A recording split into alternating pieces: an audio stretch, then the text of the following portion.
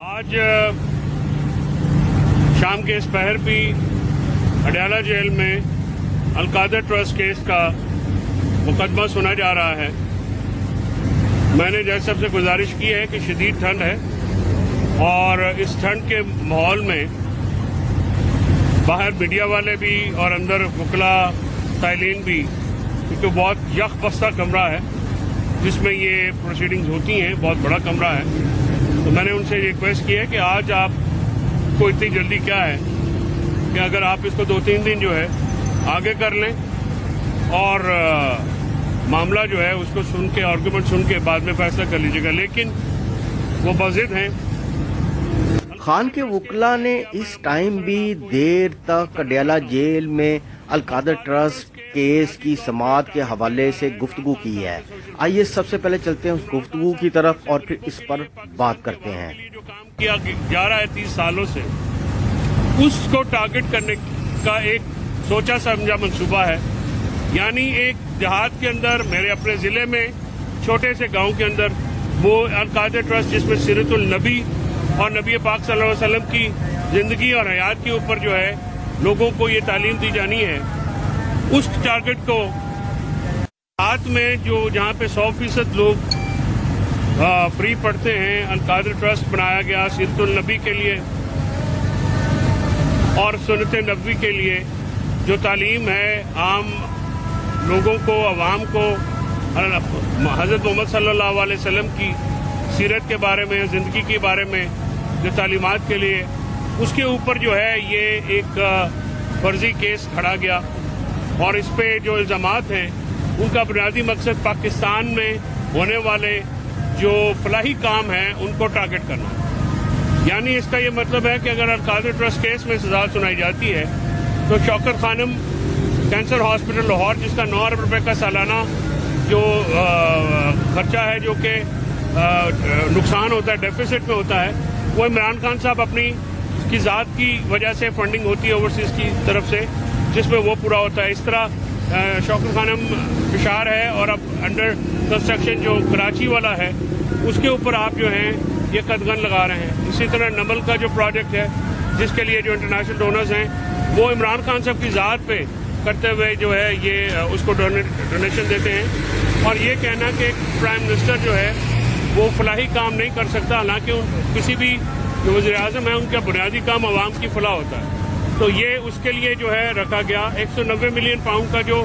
یہ القادر ٹرسٹ کا یہ کیس بنایا گیا ہے، بنیادی طور پہ اس کو برطانیہ میں نیشنل کرائم ایجنسی نے اس لیے اس کو تفتیش کی کہ نواز شریف کے صاحبزادے حسن نواز نے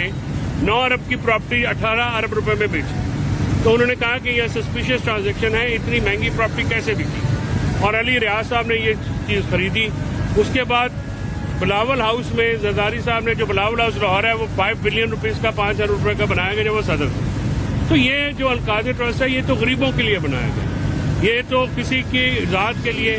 ایک ٹکا نہیں جاتا، نہ عمران خان صاحب، نہ ان کی فیملی، نہ ان کی زوجہ، اس سارے کیس میں سے ایک، اور یہ پروسیکیوشن کا ایویڈنس اس سلسلے میں خاموش ہے کہ یہ کرائم پروسیڈ ہیں یا اس میں سے ایک ٹکا بھی بینیفٹ لیا گیا۔ الٹا یہ پیسے جب پاکستان میں آئے تو اس کے اوپر تقریباً 24 ارب روپے کے قریب جو ہے منافع بھی سپریم کورٹ کے جب اکاؤنٹ میں تھا وہ بنایا گیا ہے، اور اب وہ منافع سمیت وہ تمام پیسے حکومت کے اکاؤنٹ میں، یعنی واحد کیس ہے جس میں 1 ٹکے کا نقصان نہیں ہے، لیکن یہ نیب کا کیس بنایا گیا ہے اور ایک مضحکہ خیز بنیادوں کے اوپر یہ کیس بنایا گیا۔ تو یہ کیس کی صورتحال ہے کہ، اور جس طرح سے پروسیکیوشن کی گئی ہے اور جس طرح سے پروسیڈنگ جاری ہیں، مجھے اس میں کوئی حیرانگی کی بات نہیں ہوگی کہ اگر وہ باقی اتنے زیادہ جعلی کیسز کے ذریعے عمران خان صاحب کو سزا سنا دیں گے تو اس میں مجھے حیرانگی نہیں ہوگی۔ اس کے ساتھ ساتھ سول ڈس اوبیڈینس یعنی سول نافرمانی کی جو کال ہے،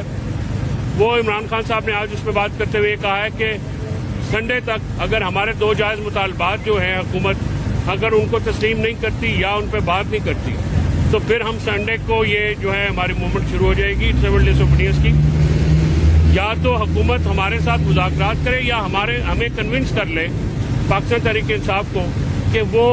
ان 2 معاملات کے اوپر مذاکرات کیوں نہیں ہو سکتے، کیونکہ 9 مئی 26 نومبر کے لیے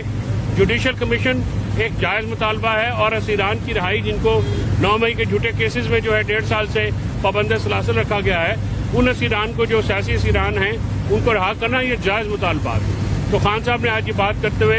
ये कहा है कि या तो आप हमें कन्विंस कर लें कि इनके ऊपर बात नहीं हो सकती, कोई काउंटर एजेंडा है तो वो भी ले आएँ ताकि मुज़ाकरात कर सकें, और अगर आप नहीं करते तो फिर ज़ाहिर है हमें जो मजबूरी, कल भी हमने 7 नुकात बयान किए कि उनकी बुनियाद के ऊपर जो है ये सिविल डिसओबीडियंस की तरफ जो है जाना पड़ा है, वो हम नहीं चाहते। लेकिन हुकूमत जो है वो बज़िद है कि वो अब जिस तरह से 71 में अवामी लीग के साथ एक सलूक किया गया, आज पीटीआई के साथ वो सलूक किया जा रहा है, और पीटीआई की जायज़ मुतालबात को, जिसमें जो है लोगों की शहादतों का, विरासत के शहरियों का, निहत्ते पुरअमन शहरियों को जो गोलियां मारी गई हैं उसकी तहकीकात, और 9 मई को जो मामलात किए गए उनकी तहकीकात, साफ शफाफ तहकीकात का मुतालबा है, और हमारे कैदियों की रहाई का जो मुतालबा है। ये दोनों मुतालबात एक जायज़ मुतालबात हैं, और पाकिस्तान तहरीक इंसाफ की तरफ से 2 नुकाती एजेंडा है। हुकूमत आज भी इससे जो है वो भाग रही है, और अगर हुकूमत जो इस बात पे मजाक उड़ाया गया, मुज़ाकरात की बात के ऊपर कहा गया कि घुटने जो है वो टेक दिए गए हैं, जब हमने कल उनको ये ऑफर दी कि हम चंद दिन के लिए मौखर करते हैं, तो उस पर भी हमें हमारी कमजोरी समझा गया। इसके साथ साथ कल जो है मुज़ाकराती टीम को इमरान खान साहब ने आज जेल अथॉरिटीज़ को ये नाम दे दिए हैं कि जो उनकी मुज़ाकराती टीम है पाकिस्तान तहरीक इंसाफ की, उनको जो है वो जेल में मुलाकात के लिए कल वक्त दिया जाए। और आप देखते हैं कि हुकूमत जो है वो कितनी संजीदा है कि वो इस मामले में जो है क्या इजाज़त देती है मुज़ाकराती टीम को मिलने की कि नहीं देती, जिसका मुझे खदशा है कि वो इस सिलसिले में जो है इजाज़त नहीं देंगे, क्योंकि हुकूमत जो है वो मुसलसल एक फियर फैक्टर के ऊपर चल रही है, और मुसलसल एक जो ये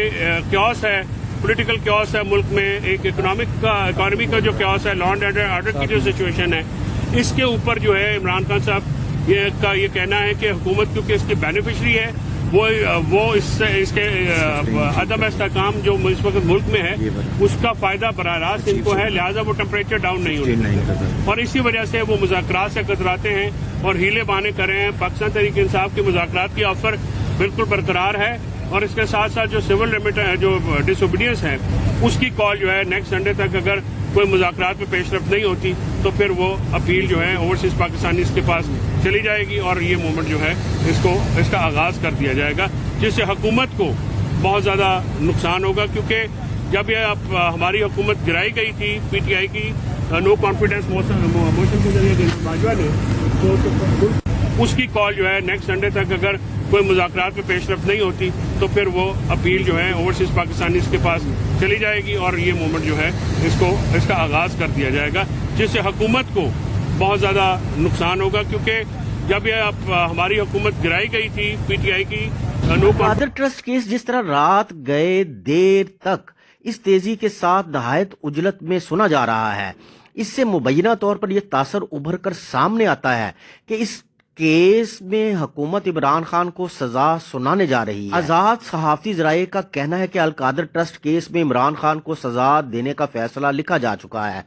जिसे अब महज अमली जमा पहनाने की हुकूमती अदाकारी की जा रही है। याद रहे, अलकादर ट्रस्ट साबिक वज़ीर-ए-आज़म पाकिस्तान इमरान खान ने हजरत अब्दुल कादिर जिलानी रहमतुल्लाह अलैह के नाम की निस्बत से कायम किया था, जिसका मकसद नौजवानाने पाकिस्तान को नबी करीम सल्लल्लाहु अलैहि वसल्लम की जिंदगी से हकीकी तारुफ करवाकर उन्हें कामल इंसान और अच्छा मुसलमान बनाने की तरफ पेश कदमी का आगाज था। अब रही बात इमरान खान के इस ट्रस्ट में मुबैना करप्शन की बात, तो इसका फैसला अब तारीख और पाकिस्तानियों को करना है कि वो शख्स जिसने शौकत खानम कैंसर अस्पताल और नमल यूनिवर्सिटी जैसे फलाही अदारे कायम किए हों, जिस शख्स की क़यादत में पाकिस्तान ने अकलौता वर्ल्ड कप क्रिकेट जीता हो और जिसकी नेक नामी की पूरी दुनिया मोतरिफ हो, वो इस बाबरकत ट्रस्ट में से माली करप्शन भला क्यों कर सकता है? अपनी राय कमेंट बॉक्स में जरूर दीजिएगा।